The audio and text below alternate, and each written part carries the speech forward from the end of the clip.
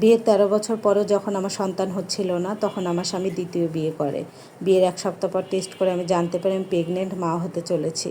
সেই সময় আমার মনে হচ্ছিল, আল্লাহ তুমি আমাকে সন্তান দিলে ১ সপ্তাহ আগে কেন সেটা জানতে পারলাম না। তখন আমার বাবা মা বলে, তোমার যাই হয়ে যাক আমরা তোমার পাশে আছি, টেনশন করো না। আমার স্বামী বিয়ে করে এনে সেদিন আমার হাত ধরে বলে, তুমি টেনশন করো না, তোমার ভালোবাসা একটুও কমতি হবে না। তুমি যেভাবে আছো সেভাবেই থাকবা। তোমার যেখানে ইচ্ছে সেখানেই তুমি থাকতে পারো, এখানেও থাকতে পারো ওখানেও থাকতে পারো, কিন্তু তোমার ভালোবাসা কখনোই কমতি হবে না।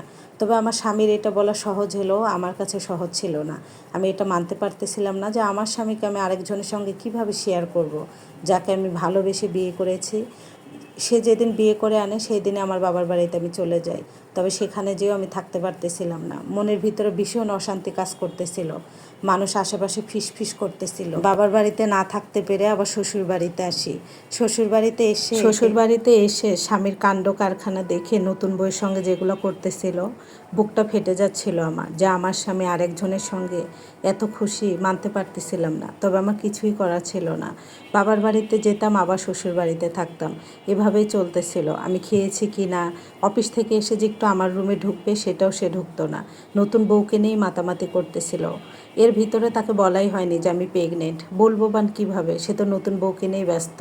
ছুটির পরে ঘুরতে যেত, অথচ সে আমাকে বলে সে নাকি আমাকে ভালোবাসে, সে আমাকে সময় দিবে, এইটাই তার নমুনা ছিল। আর আমি দিনে দিনে বেহায়া হয়ে যাচ্ছিলাম, তার পা জড়িয়ে ধরে কান্না করতেছিলাম, তুমি আমাকে একটু সময় দাও, একটু ভালোবাসো। আমার এই চোখের পানি, আমার এই কান্না তার কান পর্যন্ত পৌঁছাচ্ছিলই না। কি করব না করব কোনো কিছুই কাজ করতেছিল না মাথা। একবার বাবার বাড়ি যায়, একবার তো শ্বশুর বাড়ি, কোথাও জানি শান্তি পাচ্ছিলাম না।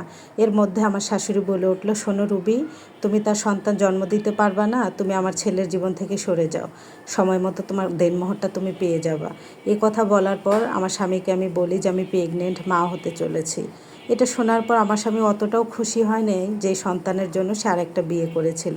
আমি কখনোই ভাবতে পারি না একটা সন্তানের জন্য আমার স্বামী বিয়ে করবে।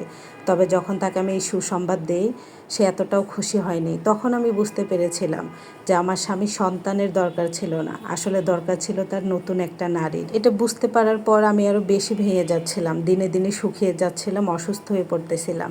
আমার মা দেখতে আসতো ফলটল নিয়ে, কিন্তু আমার স্বামী আমার প্রেগনেন্সি অবস্থায় কখনো কোনো দিন আমার জন্য কিচ্ছু আনেনি। সে তো নতুন বউ নিয়ে ব্যস্ত ছিল, এই হানিমুনে যেত, এই রিসর্টে যেত, কত যে ঘুরতে যেত, আর আমি যে এইদিকে একজন আছি এটা তার খেয়ালই ছিল না। বাবার বাড়িতেই বেশি থাকা হতো আমার শরীরের অবস্থা এতটা খারাপ হয়ে যাচ্ছিল, টেনশনে আমার গর্ভের সন্তানরাও অসুস্থ হয়ে পড়তেছিল।